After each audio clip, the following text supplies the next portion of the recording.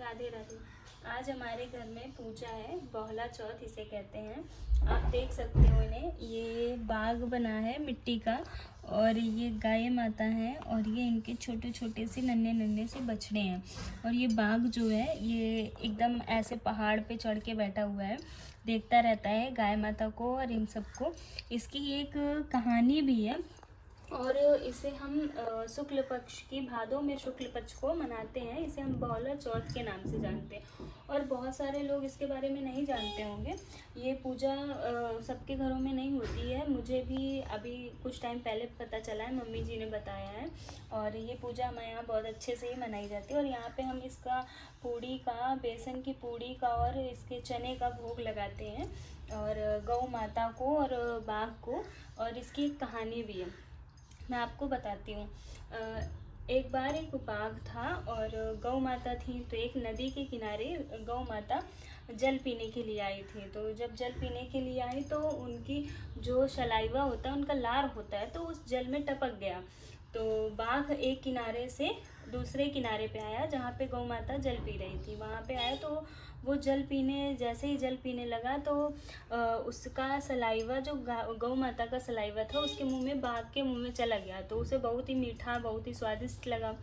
तो उसने गौ माता से कहा, आज तो हम तुम्हें खाएंगे, क्योंकि जब तुम्हारी लार इतनी अच्छी है तो तुम्हारा मांस कितना अच्छा होगा। इस हिसाब से वो गौ माता से कहने लगा। तो गौ माता घबरा गई कि अभी तो मेरे इतने छोटे छोटे बच्चे हैं, मैं कैसे, अब क्या करूँगी। तो फिर वो उनसे कहती हैं, बाघ से कहती हैं कि ऐसा करो कि मैं आपको कल आके मिलती हूँ, क्योंकि आज तो मुझे जाना है, अपने बच्चों को समझाना है कि वो आगे कैसे रहें। अब मैं हमेशा के लिए चली जाऊँगी तो उनको कुछ तो बताना पड़ेगा। तो इस हिसाब से वो बाघ से वादा कर के, और बाघ बोलता है ठीक है आप जाओ, लेकिन कल आ जाना। तो वादा करके ये चली जाती हैं और गौ माता फिर जाती है, अपने बच्चों को समझाती हैं कि ऐसा करना कि जो तुम लोग हो, जो हल वल है वो सही से चलाना, कहीं खेत में भटक नहीं जाना, और छोटे से हो तो अभी हम तो उनके बच्चे कहते हैं कि ऐसा आप क्यों कह रही हो। अपनी माँ से पूछते हैं, ऐसा आप क्यों कह रहे हो, कोई तो कारण होगा जिस वजह से आप ये कह रही हो। तो फिर बच्चों की जिद करने पे गौ माता उनको बताती हैं कि ऐसा ऐसा हुआ हमारे साथ, आज हमको बाघ मिला था, तो ऐसा उसने कहा, तो हमें कल जाना है। तो बच्चे कहते हैं ठीक है माँ, अब हमको कल लेके चलना, आप ठीक है, आप जो कह रहे हो सही है, लेकिन हमको भी कल लेके चलना। तो गौ माता मान जाती हैं, गौ माता और सब जाते हैं उनके बच्चे बाघ के पास। तो बाघ ऊपर से देख रहा होता है, गुस्सा करता है कि अभी तक आई नहीं गौ माता और मैं कब से बैठा हूँ, ये वो। और फिर जब दूर से देखता है पहाड़ी पर चढ़ के कि गौ माता आ रही है अपने बच्चों के साथ, तो बड़ा खुश हो जाता है कि भाई, इसलिए कि चलो गाय के साथ में छोटे छोटे बच्चे भी मिल जाएंगे, मेरे बहुत सारे दिनों का इंतजाम हो गया, बढ़िया मांस मिलेगा मुझे खाने के लिए। तो जैसे ही बच्चे थोड़ा नज़दीक आते हैं, बाघ दौड़ के उनकी तरफ आता है।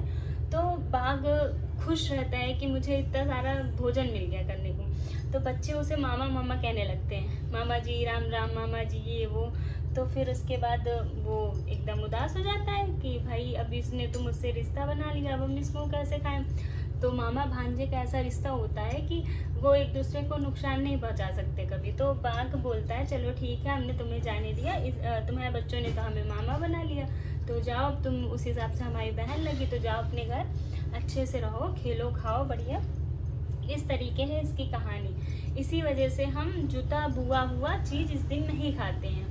और बाघ और गौ माता की यहाँ पे पूजा होती। और हमारे सनातन धर्म में वैसे पर भी हर चीज़ की पूजा होती, गाय की, बछड़े की, और सारे पेड़ पौधों की, ज़मीन की, हर चीज़ की पूजा हम करते हैं। इसीलिए हमारी सनातन संस्कृति ये सिखाती है कि हर एक चीज़ में भगवान बसे हुए हैं। हमें हर चीज़ को बहुत अच्छे से करना चाहिए, पूजा करो, सबकी अच्छी अच्छी बातें सुनो, अच्छी बातें करो। जितना आप अच्छाई करोगे उतनी ही चीज़ें आपके अंदर भी अच्छी आएंगी।